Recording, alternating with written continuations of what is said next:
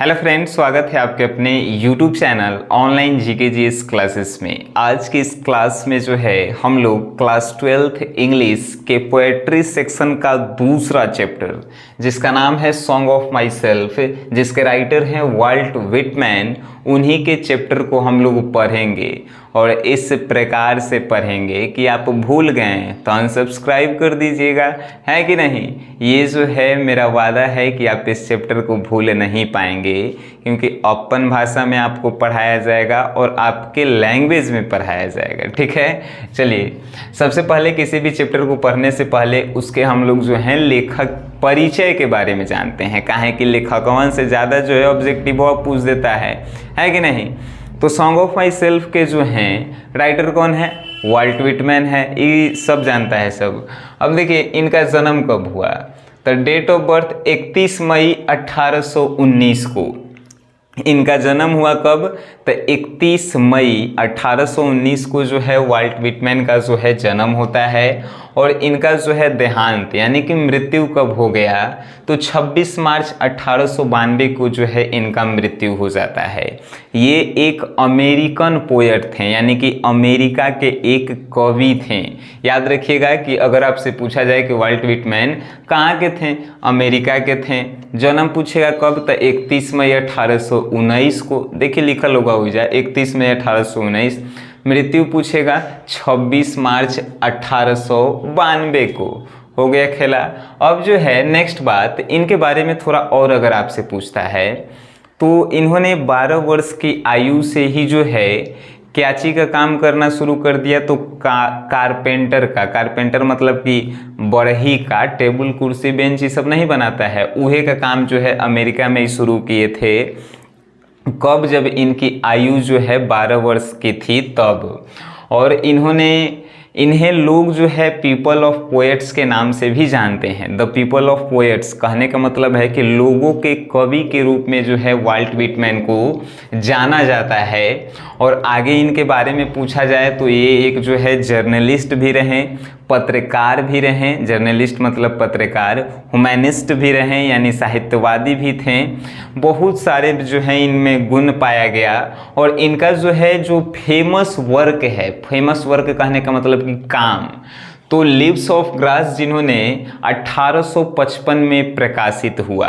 अगर lives of grass के बारे में आपको बताएं तो ये इन्होंने वाल्ट विटमैन 1811 में लिव्स ऑफ ग्रास को जो है अपने खर्चा पे, अपन पैसा से जो है प्रकाशित किया था। ये एगो किताब है, लेकिन उस समय अमेरिकी सरकार ने इसे जो है आपत्तिजनक मान के जो है इसको बंद करवा दिया था। लेकिन पुनः कोई एगो प्रकाशक मिला तो फिर जो है लिव्स ऑफ ग्रास को 1855 में प्रकाशित किया गया, फिर भी इसे मान्यता नहीं मिला। लेकिन कहल जाता है कि आदमी जिंदा रहता है तो उसका वैल्यू नहीं रहता है, लेकिन मरला के बाद उसका वैल्यू होता है। ठीक इसी प्रकार जो है वाल्ट विटमैन के साथ हुआ। लिव्स ऑफ ग्रास को जो है उनके मृत्यु के बाद जो है मान्यता मिली, अमेरिका में जो है इसे सराहा गया। उसके बाद इन्होंने दूसरा लिखा ड्रम्प टैप्स 1866 में, ये भी जो है काफ़ी प्रचलित रहा। तो लेखक से रिलेटेड इतना काम जो है आपके लिए काफ़ी है कि नाम का था वाल्ट विटमैन। जन्म कब हुआ, तो जन्म 31 मार्च कब 1819 को, 31 मई 1819 को डेट ऑफ बर्थ। और इनका निधन कब हुआ, तो 26 मार्च 1892 को। और इन्हें जो है पीपल ऑफ पोएट के नाम से भी जाना जाता है कि नहीं। दूगो कार्य लिव्स ऑफ ग्रास 1855 में और ड्रम्प टैप्स 1866 में इन्होंने प्रकाशित किया। और इन्होंने 12 वर्ष की आयु में कारपेंटर का काम भी जो है शुरू किया। नेक्स्ट हम बात करेंगे सॉन्ग ऑफ माई सेल्फ की। ये सॉन्ग ऑफ माई सेल्फ है का, अगर इसको जो है अपनी भाषा में हम कहें तो ये लेखक जो है अपने जन्म दिवस पे, यानी जन्मदिन पे जब ये 37 साल के हो जाता है तो ये अपने बारे में कुछ कहता है कि इसके बाद मैं क्या करना चाहता हूँ, मैं अपना ज़िंदगी कैसे जीना चाहता हूँ। वह जो है जन्म दिवस पे ही कहता है। कैसे हमने के जन्मदिन पे अपन भाषण देते हैं कि आगे हम क्या करेंगे, कैसे करेंगे, उसी प्रकार वाल्ट विटमैन भी जो है कहते हैं। बहुत छोटा है। I celebrate myself and I sing myself. I celebrate myself and sing myself, इसका अर्थ होता है कि मैं खुद को मनाता हूँ और मैं खुद गाता हूँ। मैं खुद को मनाता हूँ और मैं खुद गाता हूँ। अगर हमर भाषा में कहल जाए तो लेखक ई कहना चाहता है कि हम खुद नाचते भी हैं और खुद गाते भी हैं, यानी कौनो इसके साथ नहीं है। आई सेलिब्रेट माई सेल्फ, मैं खुद मनाता हूँ, ये खुद अपन बर्थडे के जो है अपने खुद मनाता है और खुद गाना भी गाता है। And what I assume you shall assume, and what I assume you shall assume, और मैं जो मानता हूँ वो आपको भी मानना पड़ेगा। ये यहाँ पे आपको एगो ऑर्डर दे रहा है कि and what I assume you shall assume, मैं जो एज्यूम कर रहा हूँ, मैं जो मानता हूँ, यू शैल एज्यूम, वो आपको भी एज्यूम करना होगा, यानी कि मानना होगा। For every atom belongings to me as good belongings to you. अब आप कहेंगे कि आप जो मानते हैं हम काहे माने, तो यहाँ पे ही बताया है for every atom belongings to me as good belongs to you, यानी कह रहा है कि मेरे शरीर के अंदर जो जुड़े हुए कण हैं वो जितना मेरा है उतना ही आपका भी है।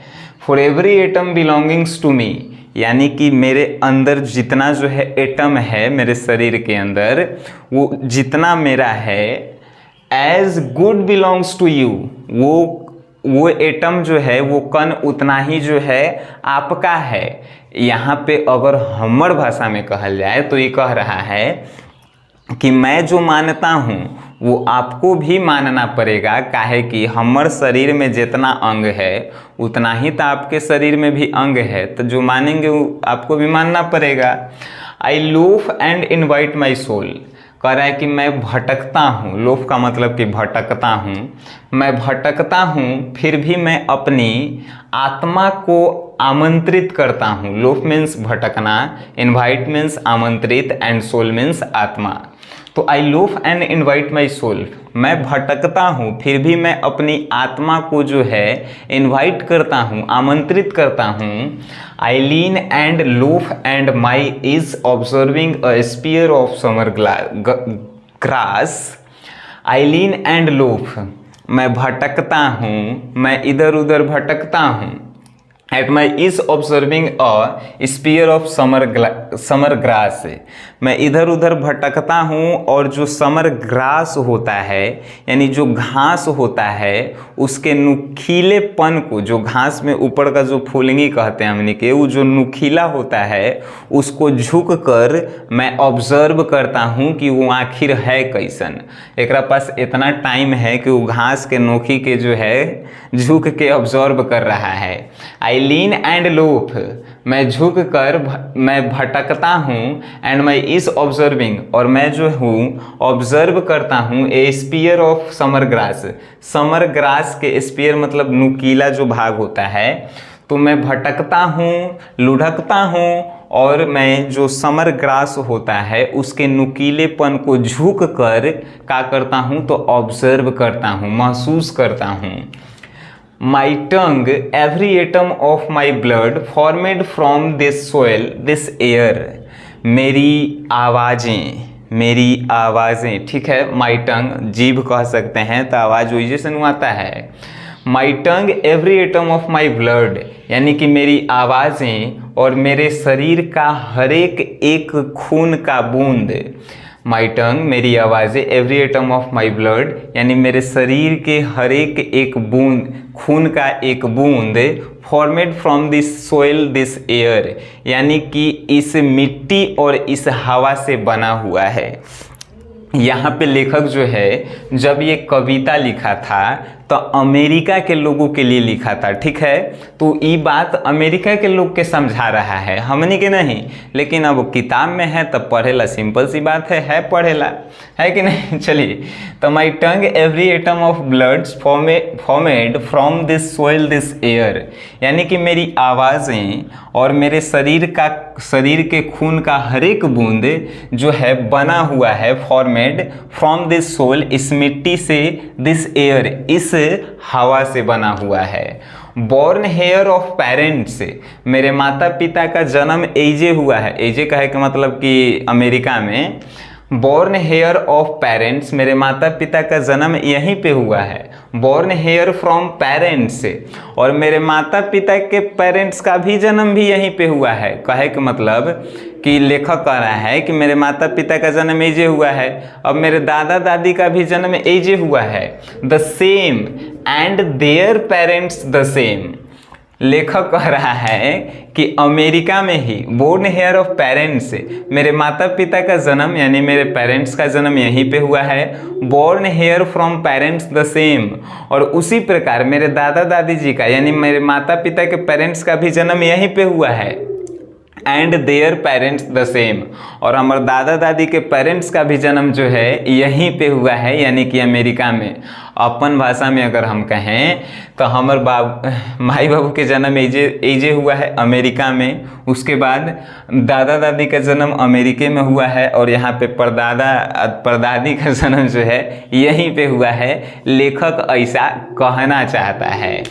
I now 37 years old in perfect health begin, यानी कि कह रहा है कि अब मैं 37 यानी कि 37 साल का हो गया हूँ। I now 37 years old in perfect health begin, अब मैं 37 यानी कि 37 साल का हो गया हूँ इन परफेक्ट हेल्थ बिगेन, और लेकिन मेरा फिर भी जो है स्वास्थ्य एकदम परफेक्ट है, मैं स्वस्थ हूँ।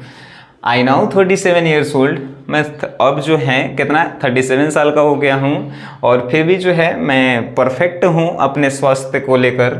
Hopping to cease not till death है, और ये जो मैं कर रहा हूँ कि मैं खुद को गाता हूँ और खुद को मनाता हूँ, कहे का मतलब खुदे नाचता है और खुदे गाता भी है। Hoping to cease not death है, ये जब तक मैं जिंदा रहूँगा तब तक करते रहूँगा, ऐसा इस लाइन के माध्यम से कह रहा है। Hoping to cease not till death है, यानी कि जब तक मैं मरूंगा नहीं तब तक मैं ये काम करते रहूँगा कि मैं जब तक मैं खुद को गाता हूँ, मैं खुद को मनाता हूँ। Creeds and schools in abeyance, creeds and schools in abeyance है। क्रेड्स कहे का मतलब ये नहीं कि इसका जो एक्चुअल में अर्थ होता है ये यहाँ पे नहीं कहा गया है, और ना ही स्कूल का मतलब जो है एक्चुअल अर्थ को कहा गया है। यहाँ पे क्रेड्स एंड स्कूल का मतलब जो है रिलीजन एंड कास्ट के बारे में बताया गया है। क्रेड्स एंड स्कूल इन अवेयंस है, यानी कि रिलीजन और कास्ट जो हैं हमारे बीच का एक रुकावट है। ओबियंस मीन्स जो है रुकावट होता है।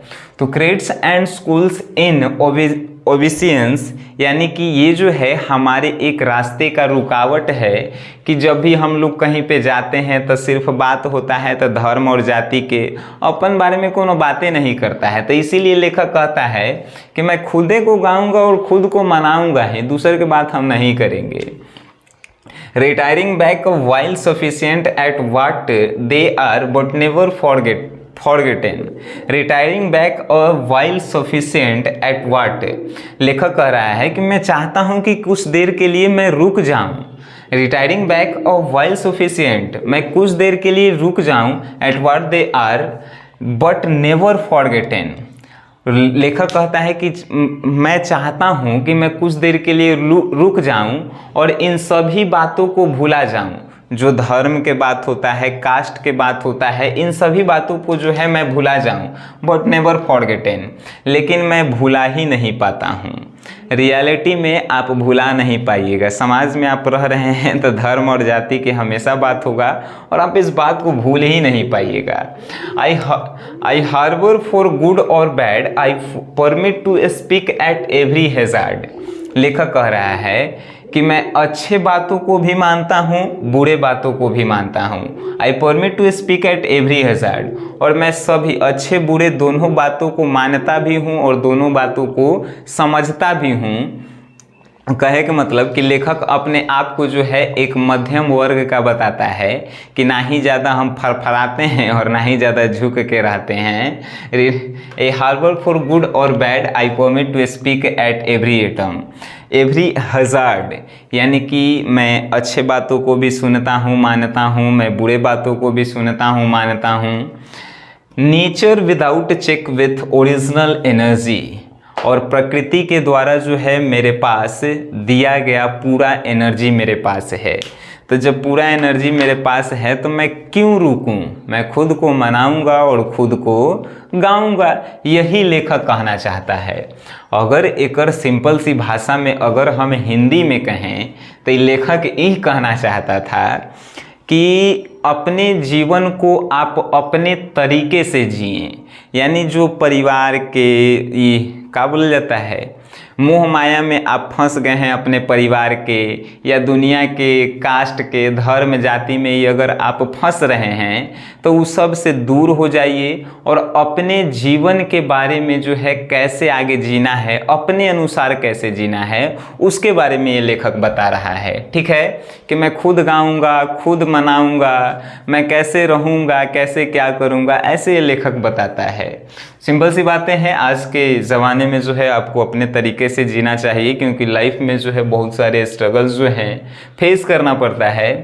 तो अगर उससे आप दूर होना चाहते हैं तो अपने तरीक़े से अपने ज़िंदगी को जिएं। हमें ऐसा नहीं, पूरा विश्वास है कि सॉन्ग ऑफ माई सेल्फ को जो है हमने आपको पूरा समझाने का प्रयास किया और इसके माध्यम से आपके चैप्टर के सभी डाउट्स जो हैं क्लियर हो गए होंगे। सो गाइस, वीडियो देखे हैं इसको जो है शेयर कीजिए, वीडियो देखें उसके लिए धन्यवाद।